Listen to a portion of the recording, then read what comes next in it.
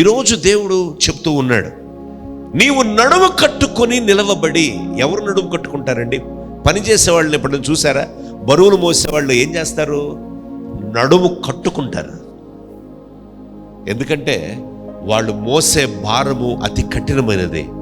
వాళ్ళ యొక్క శరీరము నలిగిపోతుంది కనుక ఆ శరీరము దిటువుగా ఉండటానికి, గట్టిగా ఉండటానికి, ఆ నొప్పిని తట్టుకుంటానికి వారు నడుము కట్టుకొని ఉంటారు. అబ్రహామును దేవుడు పిలిచినప్పుడు 12వ అధ్యాయము 1వ వచనంలో, ఆదికాండము 12:1, నీవు బయలుదేరి నీవు లేచి నీ దేశము నుండి బంధువుల యొద్ద నుండి తండ్రి ఇంటి నుండి బయలుదేరి నేను నీకు చూపించు దేశమునకు వెళ్ళుము. వెళ్తాను బ్రవ్వా, గ్రీన్ కార్డ్ ఇస్తావా? వెళ్తాను బ్రవ్వా, అక్కడ జీతం డాలర్స్లో ఉంటుందా? దేవుడు కొన్నిసార్లు కఠినమైన వాటి దగ్గరకు వెళ్ళమంటాడు. కఠినమైన పరిస్థితుల గుండా దేవుడు పంపిస్తాడు. నీవు లేచి, ఇట్ రిక్వైర్స్ సమ్ మోటివేషన్. అది కొంత నీవు ప్రేరేపించుకొని, నిన్ను ఎవరు లేపరు కదా. నువ్వు లేచి అని అంటే నువ్వు కూర్చున్న స్థలం నుంచి, నిశ్చలనంగా ఉన్న పరిస్థితి నుంచి చలన పరిస్థితిలోకి రావటం. From being static and being Kinetic, right? అంతకుముందు కూర్చున్నావు, స్తబ్దతలో ఉన్నావు. లేచి, కమాన్, ఉటో, అరైజ్, లేచి. 2 ఏమంటున్నాడు? నీ దేశము నుండి, నీ బంధువుల యొద్ద నుండి, నీ తండ్రి ఇంటి నుండి బయలుదేరి. ఇది చాలా కష్టమైంది. Sometimes God asks us to come out of your comfort zone. దేవుడు కొన్నిసార్లు మన కంఫర్ట్ జోన్ నుంచి బయటకు రమ్మంటాడు. ఒక భక్తుడు చెప్పాడు, ఒక క్రైస్తవుడు కంఫర్ట్ జోన్లో ఉన్నాడంటే అది ఒక వార్నింగ్, అలర్ట్ వార్నింగ్. ఏ క్షణానైనా కుదుపు రావచ్చు. జపాన్ వాళ్ళకి భూకంపాలు ఎక్కువ వస్తూ ఉంటాయి. మొన్న కూడా భూకంపం వచ్చింది. వాళ్ళకి ఏ క్షణంలో భూకంపం వస్తుందో తెలియదు. వాళ్ళు సిద్ధపడే ఉంటారు. వాళ్ళ ఇళ్ళన్నీ చెక్కలు వాటితో వీటితో చేసుకుంటారు. ఆ భూకంపాలని తట్టుకునే రీతిగానే ఉంటారు. వాళ్ళ ఇన్ఫ్రాస్ట్రక్చర్ కూడా అలాగే ఉంటుంది. Because their mind set is very prepared for a drift. ఒక క్రైస్తవుడు ఎప్పుడు అంతా బాగుంది, నా ప్రాణమా తినుము తాగుము సుఖించుము అన్న మోడ్లోకి వెళ్ళిపోయాడంటే జాగ్రత్త, ఆ తర్వాత గొప్ప కుదుపు నీ ఎదురుగుండా ఉంది. నిజమైన క్రైస్తవుడికి ప్రతిరోజు పోరాటాలు ఉంటాయి. అన్నీ బాగున్నాయి అంటే నీ భక్తిని అనుమానించాల్సి వస్తుంది అని ఒక భక్తుడు అన్నాడు. నీకు పరిస్థితులన్నీ బాగున్నాయి, బేఫికర్గా పడుకుంటున్నావు, అసలు ఏ చింత లేదు, ఏ పోరాటం లేదు అని అంటే నీ భక్తిని నేను అనుమానించాలి అని అన్నాడంట ఒక భక్తుడు. విచ్ మీన్స్ మనకు నీతిమంతులకు కలుగు ఆపదలు అనేకం, right? The more you are being pushed into multiple battles, which means you are precious in sight of God. It doesn't mean that God has left you. దేవుడు నిన్ను విడిచాడు కనుక నువ్వు శ్రమానుభవంలోకి వెళ్తలా. దేవుడు నిన్ను మెచ్చాడు కాబట్టి వాటిల్లో గుండా నడిపిస్తూ ఉన్నాడు. హల్లెలూయా, హల్లెలూయా. దేవుడు నువ్వంటే ఇష్టం కాబట్టి నిన్ను గట్టిగా తయారు చేయాలని ఇష్టపడుతూ ఉన్నాడు. చూడండి, శ్రమ తర్వాత ఏముంటుంది? మహిమ ఉంది. చూడండి, 1 పేతురు 5:10 ఏమంటున్నాడు? కొంచెము కాలము.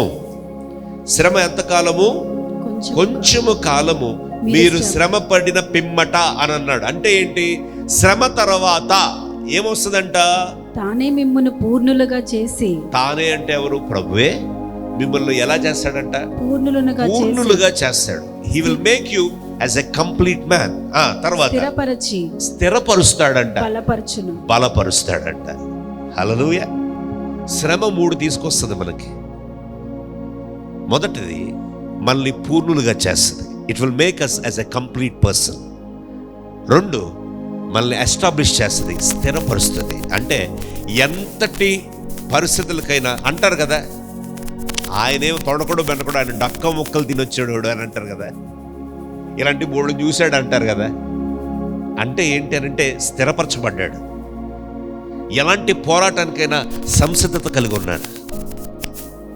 3, బలపరచబడటం.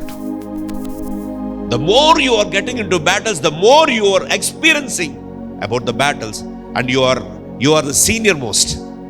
ఒక బెటాలియన్లో లేకపోతే ఒక కమాండర్ని ఒక మంచి యుద్ధంలో ఎవరిని పంపిస్తారంటే బాగా నైపుణ్యం కలిగి అనేకమైన పోరాటాల్లో నిష్ఠ కలిగిన వాళ్ళని పంపిస్తారు.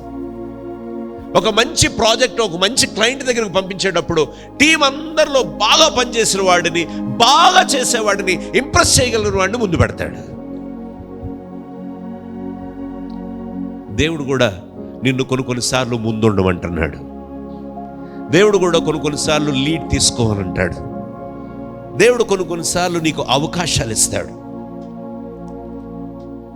నా ప్రియ సహోదరి సహోదరుడా, ఒకవేళ నువ్వు శ్రమానుభవంలో గుండా వెళ్తూ ఉంటుంటే ఈరోజు దేవుడు నీకు నాకు చెప్తూ ఉన్నాడు, ఇదిగో శ్రమ ఇంకా కొంచెము కాలము ఉండు, ఈ చులకనైన శ్రమను ఏమన్నాడంటే చులకనైనా అని అన్నాడు. చులకనగా చూసావా అని అంటారు, చూసారా? శ్రమని ఎలా చూశాడు భక్తుడు? పో ఆఫ్టర్ నువ్వు ఎంత అని అన్నాడు. శ్రమని చులకనైన శ్రమ అంట. దాని తర్వాత మీరు పరిపూర్ణులగుటకును, స్థిరపరచబడుటకును, బలపరచబడుటకు 3 జరుగుతాయి. ఒకవేళ 2023లో శ్రమానుభవంలోకి వెళ్తే ఈరోజు నువ్వు ఏ స్థితిలో దేవుడు నిన్ను నిలబెడుతున్నాడంటే పరిపూర్ణతలోకి, స్థిరపరచబడటంలోకి, బలవంతుడుగా మారటానికి దేవుడు ఈ సంవత్సరం నిన్ను సిద్ధపరిచాడు. హల్లెలూయా, హల్లెలూయా. నా ప్రియ సహోదరి సహోదరుడా, దేవునికి నువ్వు అందుబాటులో ఉన్నావా? అబ్రహామును ఆ కంఫర్ట్ జోన్ నుంచి బయటకు రమ్మన్నాడు. కొన్నిసార్లు మనకి చాలా ఇష్టమైన వాటిని దేవుడు వదిలేయమంటాడు. విడిచి నేను చూపించిన దేశమునకు వెళ్ళుము అంటే దేవుడిచ్చే ఆప్షన్ని ఆఫ్ చేసుకోమంటాడు. అక్కడ చాయిసెస్ లేవు, ఆప్షన్స్ లేవు. Option 1, option 2, option 3, option USA, option 2 UK, option 3 Canada, ఇట్లా లేవు. ఏమో ఆఫ్రికన్ కంట్రీస్ పెట్టాడు అనుకోండి, లేకపోతే అసలు అతి భయంకరమైన కంట్రీ పెట్టాడు, అక్కడికి వెళ్ళి సేవ చేయని. మీకు సంగతి తెలుసా, మిషనరీస్ అంతకుముందు భారతదేశానికి మిషనరీస్ ఎలా వచ్చారంటే అలాగే వచ్చారు. దేవుడు వాళ్ళని ప్రేరేపించి వాళ్ళ హృదయంలో భారం పెట్టి ఈ దేశంలో సువార్తను ప్రకటించాలని వాళ్ళ హృదయంలో భారం పెడితే భార్యాభర్తలు ఉన్న తెగనమ్మి వాళ్ళ ఉన్న ఆ డబ్బులను కూడబెట్టుకొని ఆ పొడవల్లో ఆ ఓడల్లో నెలలు ప్రయాణం చేసి భారతదేశానికి వచ్చి బాప్టిస్టులు, మెథడిస్టులు అనేక మంది వచ్చి సేవ చేశారు. లూథరన్స్ వీళ్ళందరూ అప్పట్లో సేవ చేశారు. కొంతమంది త్యాగం చేస్తే ఈరోజు నీకు రక్షణ కలిగింది, నా కుటుంబాలకి రక్షణ కలిగింది. ఈరోజు దేవుడు అంటున్నాడు, మరి నువ్వెవరి కొరకు త్యాగం చేస్తావు? నువ్వెవరి కొరకు నిలబడతావు? నువ్వెవరి కొరకు, దేవుని కొరకు నువ్వు తీర్మానం తీసుకుంటావు ఈరోజు?